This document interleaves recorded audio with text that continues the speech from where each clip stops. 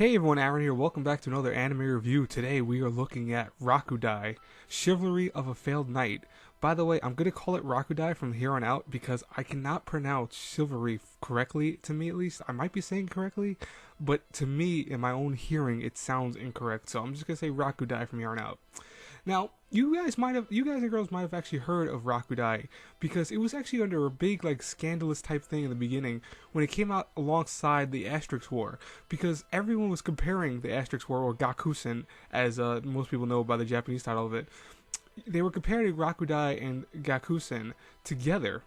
And what was funny about that was the Asterix War to me was not, that similar, at least to me, from looking at, pictures of Rakudai first. Now, I watched the first episode of Rakudai originally and was like, whoa, people aren't kidding. These things are almost clones of each other. But what's funny about, I think, Rakudai is that quickly, if people actually would have watched the whole series, not just watched one episode and then immediately thought it was a clone of the Asterix War, would have actually noticed that Rakudai is, I think, superior to the Asterix War in many ways. I think that this show is by far one of the best type of shows of its genre I've ever seen. And that's saying something. I really do. I did really like this. I enjoyed every moment of this. So, in case you guys don't know the story of Rakudai, essentially what we have is Iki Kuragane, who is part of a kind of hierarchy of other known swordsmen who are called blazers. Now, in this world, blazers are kind of indicated on how strong they are by, prestige in school, prestige in more so like combat. They're known if they make schools based off of their martial arts style or their style of fighting. And what's amazing about that, though, is that our main character, Iki, is actually one of the weakest warriors of a blazer, because one, he was never taught by his family, and that would be one of the biggest things of this story, is his family lineage and how much they kind of dislike him in many ways. And ironically, though, he is one of the strongest warriors of his family, but no one actually notices that because they refuse to accept him. And because of that, when he even went to the school, he was actually many years left back because of his family having influence on the school he goes to. Now, he ends up running into Stella Vermilion, who is actually a princess of another nation, and these two quickly fall head over heels for each other.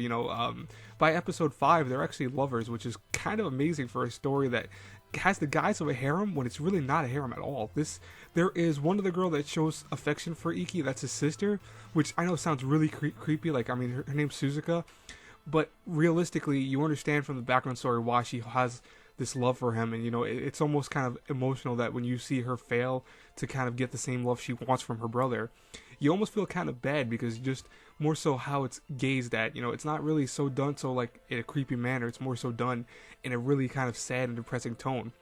But Rakudai is a very interesting show because the sheer fact that there are great fights. I mean, one of the best things about the show is the fights. Iki is one of the coolest characters I've seen in a long time. I'm being honest with you, I would like to see him pitted against Kirito, for example, just to see if those two could actually fight against each other, because Iki has some cool moves. He actually, because he was never taught, he learned something where it's essentially he can steal his opponent's moves and actually use it against them, or at least know exactly how they're going to move beforehand and have a kind of almost like a vision of a different world of where they're going to move or where they're going to do something. It's really cool, and I think one of the coolest things about this show visually is how it's portrayed.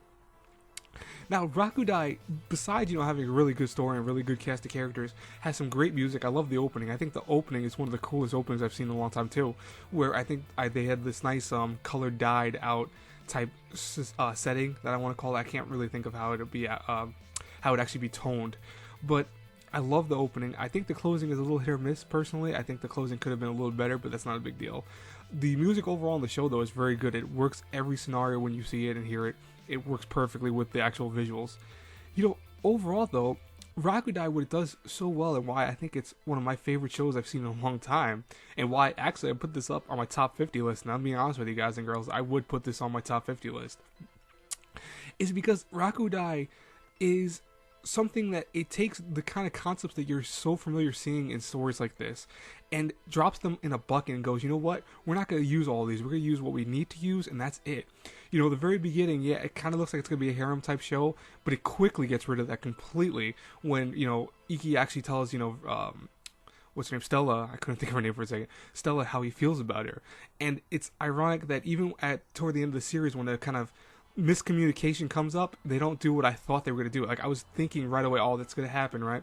They didn't do it. And I'm like, wow, I am surprised. This show always kind of surprised me with the twists and turns it took, not per se with storytelling, but more so how it's actually doing the story. You know, that's two different things to me. Like, storytelling is one thing, but how you actually approach the story, usually you go for tropes or cliches, and this show took those cliches and tropes and kind of used them sparingly, rather than always kind of relying on them in every single instance of the show. That's why Rakudai overall, you know, everything about it was amazing. Story, characters, you know, visuals, music was, for the most part, excellent. It was not perfect, you know, again, like the opening. The opening was good, but the ending wasn't that great. But, you know, overall, 12 episodes of the show, and I want more, and I hope the second season comes out. But right now, I haven't heard anything about a second season yet. But clearly, this show needs a second season.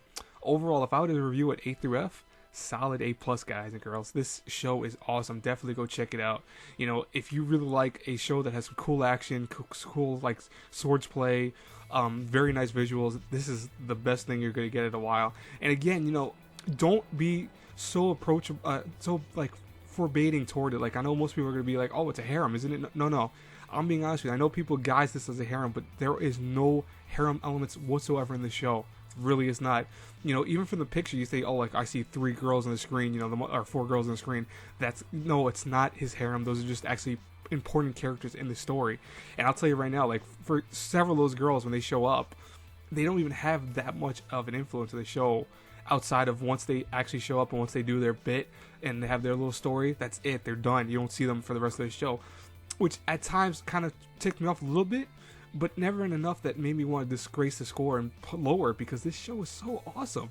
I can't convey that enough. I really digged Rakudai. I think it was so good. I think it was way better than Asterix War, and I feel bad that almost that these two were compared to one another. Anyways, guys and girls, though, that's it for my review. As always, please like, comment, subscribe. It helps me out a lot.